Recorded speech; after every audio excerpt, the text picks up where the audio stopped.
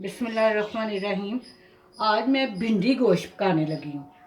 उसके लिए मैंने गोश्त में एक प्याज, लहसुन, अदरक, 1 टीस्पून नमक और सूखा धनिया वो डाल के मैंने गोश्त गला लिया। तकरीबन ये 250-300 ग्राम के करीब गोश्त है। इतना ही था। तो आज भिंडी का प्रोग्राम बना तो सोचा आपके साथ शेयर करूँ। आधा किलो भिंडी है, 2 बड़े प्याज भिंडी में डालने के लिए, हरी मिर्चें 6-7 और 2 टमाटर।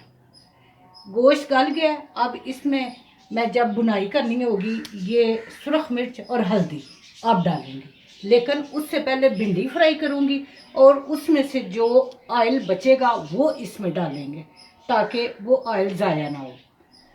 अब मैं भिंडी फ्राई करने लगी।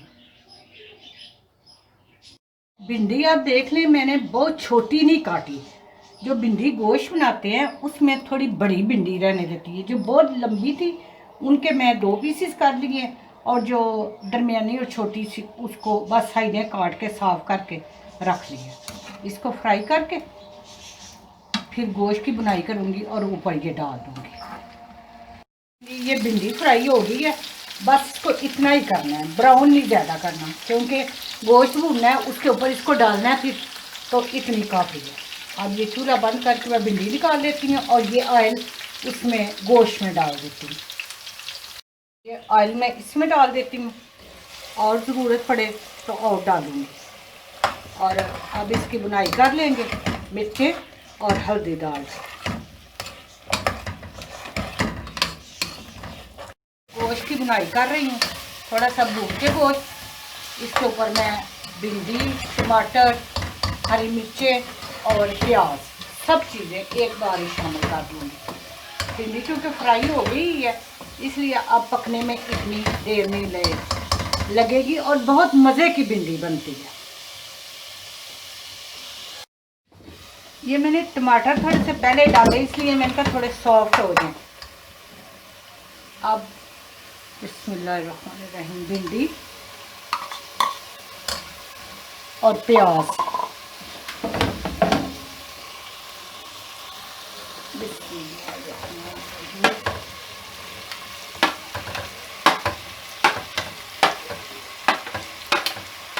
ये आप ज़रूर ट्राई करें। ये भिंडी गोश्त का सालन बड़ा मज़े का बनता है।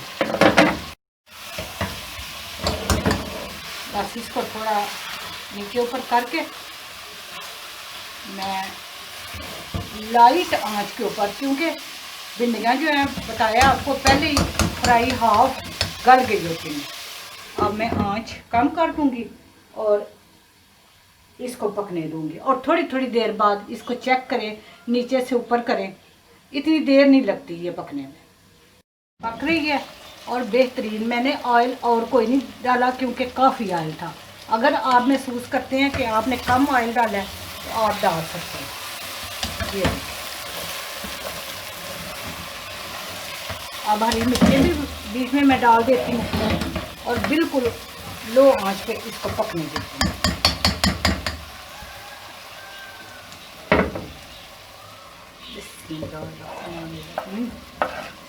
नमक आप अपनी मर्ज़ी से डालें, अगर आप ज़्यादा खाते हैं तो और डाल लें। मैंने 1 टीस्पून डाला था, काफ़ी है नमक। चलें, ये लें जी, भिंडी गोश्त तैयार हो गया। आप भी ज़रूर ट्राई करें और इस तरह ज़रूर बनाएं। मेरे चैनल पकवान को सब्सक्राइब करें, लाइक और शेयर करें। अल्लाह पाक आपने नेक इरादों में आपको कामयाब करें।